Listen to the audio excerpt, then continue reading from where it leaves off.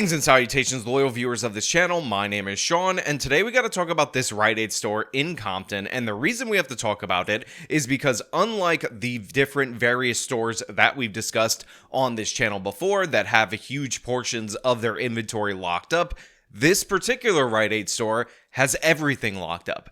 Each and every single item in this particular store, except for one or two drinks, is behind that plexiglass box, and the reason for this is because theft is completely out of hand, and this is the last-ditch effort in order to keep the store open. Now, of course, you have a lot of people in full denial of the retail theft epidemic in the state of California. We talked about the different various bills that Gavin Newsom signed, and I explained to you why they would be ineffective, because they weren't signed in order to actually stop theft. They were signed to save Prop 47, which is on the ballot this year. Vote yes on Prop 36. But before we break all of this down, I want to thank everybody who supports this channel via actualjusticewarrior.com/join. Give me the money. Give me the money. Okay? We've all seen the stores that lock up certain items, but one Southern California store is putting everything behind lock and key. Is this a sign of things to come for shoppers, or are stores going too far when it comes to protecting themselves from thieves? So look, we have talked about on this channel multiple different times that all these different various stores are very much data driven, and when certain items in inventory are stolen, those are the items that typically end up behind the glass display. And this is why from store to store, it's actually different whatever happens to be locked up. However, in this store in Compton, which is a historically criminal neighborhood in and around the Los Angeles area, everything is being locked up. And honestly, compared to all the different bad neighborhoods that we've talked about before, this one is a bit jarring. And of course, you have the local news person speculating on maybe, just maybe, the store is going too far. But the fact of the matter is, the thieves have gone too far. They have taken so much stuff that this is the only rational option for this Rite Aid location, and it still might not save them from closing down. It was weird when you walk in there.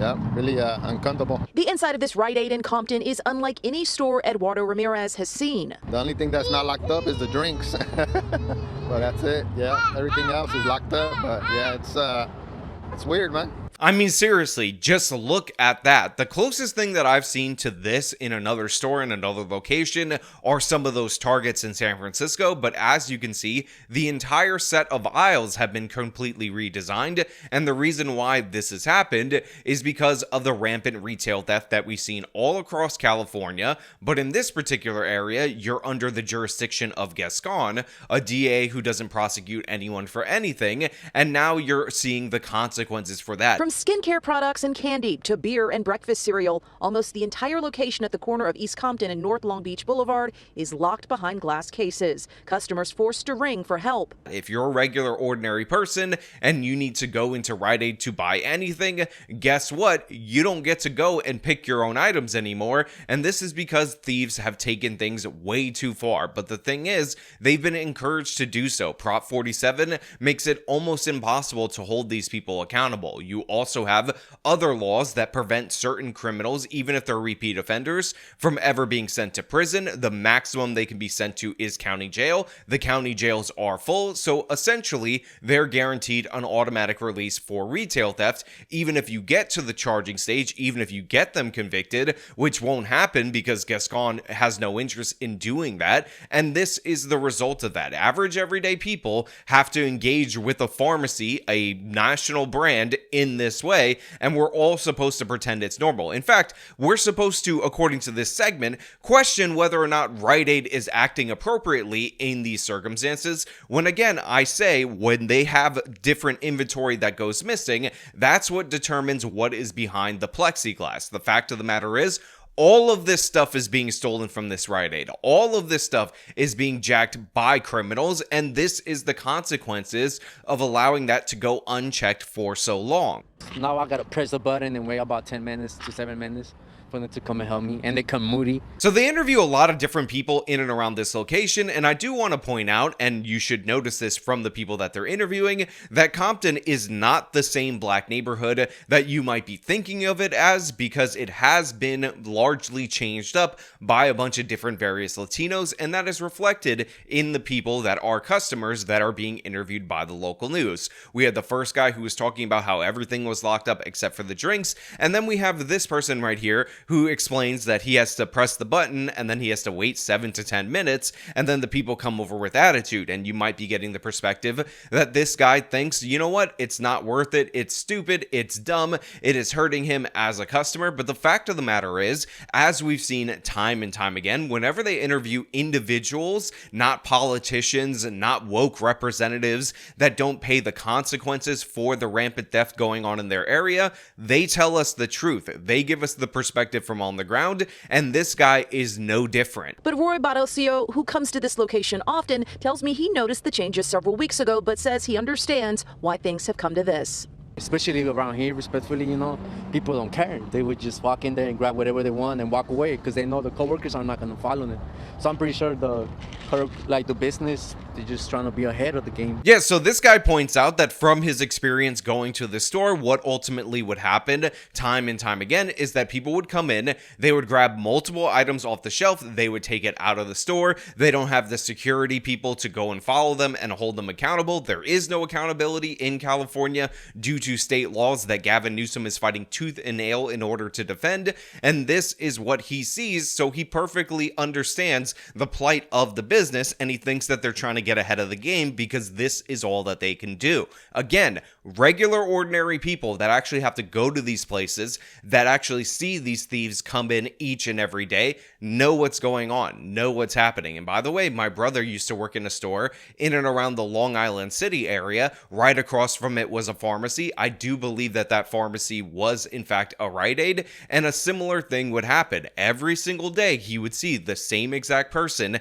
stealing from the store. Sometimes he would get arrested, and guess what? Even on those days, he would return the next day to steal again. This is what is happening in all these different left-wing cities that have decided that shoplifters are just innocent angel Aladdins that of course are trying to feed their starving family. And I will point out that these major pharmacies in and around these areas, they serve the community. This is where they come to get their prescription drugs, and when they come into these stores to get their prescription drugs, typically they end up shopping as the store has a bunch of other things, and this is how the store would make its money. But the fact of the matter is that business model is proving unviable due to the fact that we have all of these thieves, all of this crazy shoplifting going on, and all these different various Democratic politicians don't want to do anything to stop it. They want to let these people go over and over again. They want you to feel bad for the criminals, but the fact of the matter is, when these big storefronts end up abandoned, when your neighborhood suffers from blight, when nobody comes to replace them, when old people in your community have to go further for their prescription drugs,